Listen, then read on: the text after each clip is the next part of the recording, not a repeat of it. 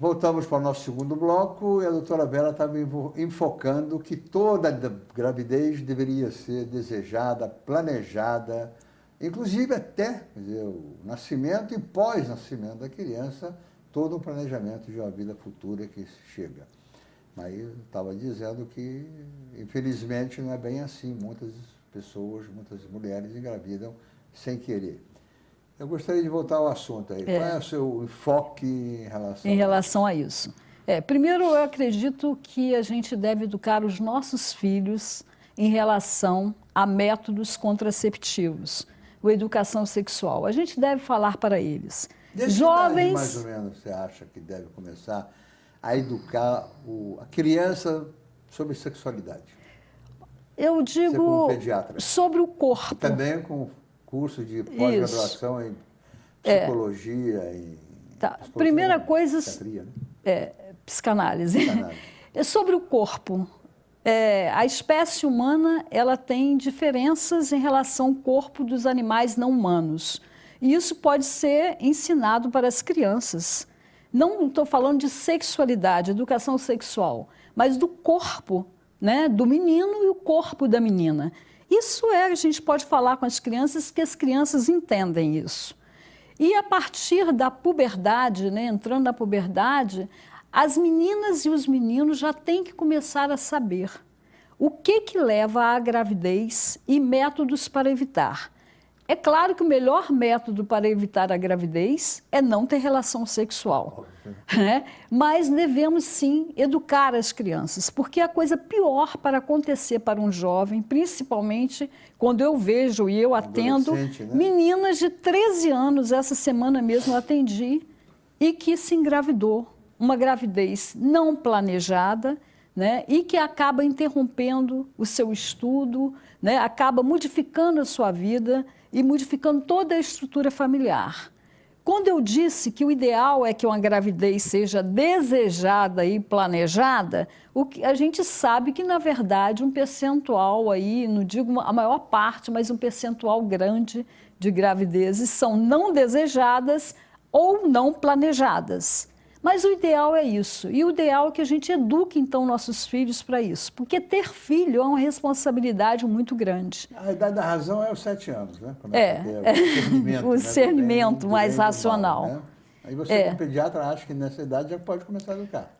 Educar o corpo, educar o corpo. Sobre o corpo. Temos que ter ideia de como funciona o nosso corpo. Da mesma maneira que nós devemos falar como que bate o coração, como que é o pulmão. E ao falar sobre isso, quando a gente fala com as crianças, a gente já começa a falar da importância de não fumar, porque o nosso pulmão é um pulmão que precisa de um oxigênio mais límpido possível, que nós precisamos nos alimentar muito bem, porque senão estaríamos lesando os nossos órgãos. Então, essa questão de educar as crianças sobre o funcionamento do corpo humano, e aí eu falo funcionamento de quê? Do corpo humano como um todo. E quando eu falo como um todo, inclusive sobre o ovário, sobre o útero, sobre o testículo, é o pensamento que eu tenho, e eu posso dizer isso porque eu fui professora, né, de alfabetização.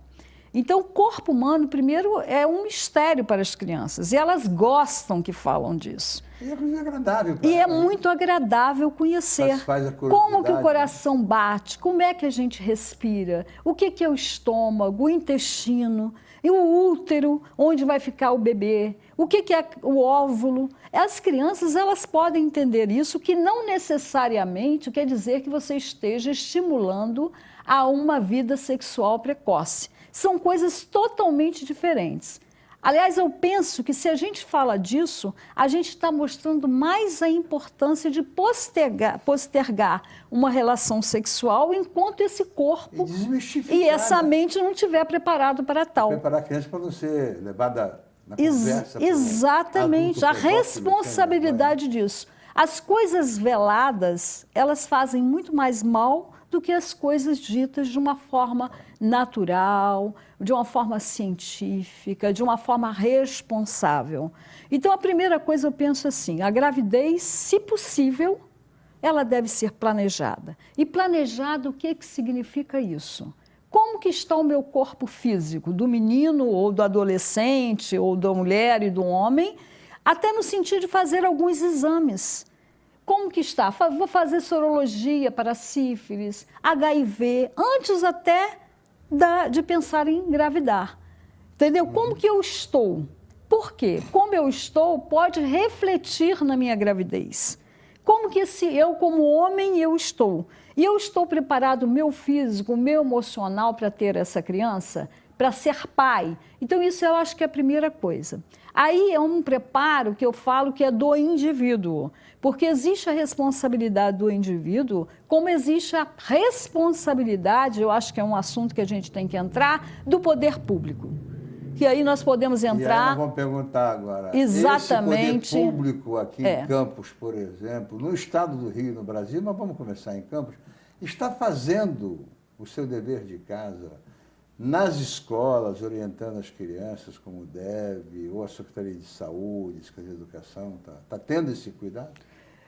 Marcou, eu penso que o pré-natal é uma das ações da atenção primária, uma das mais importantes. A mulher, quando ela está grávida, ela está mais sensível a, inclusive, ações de educação.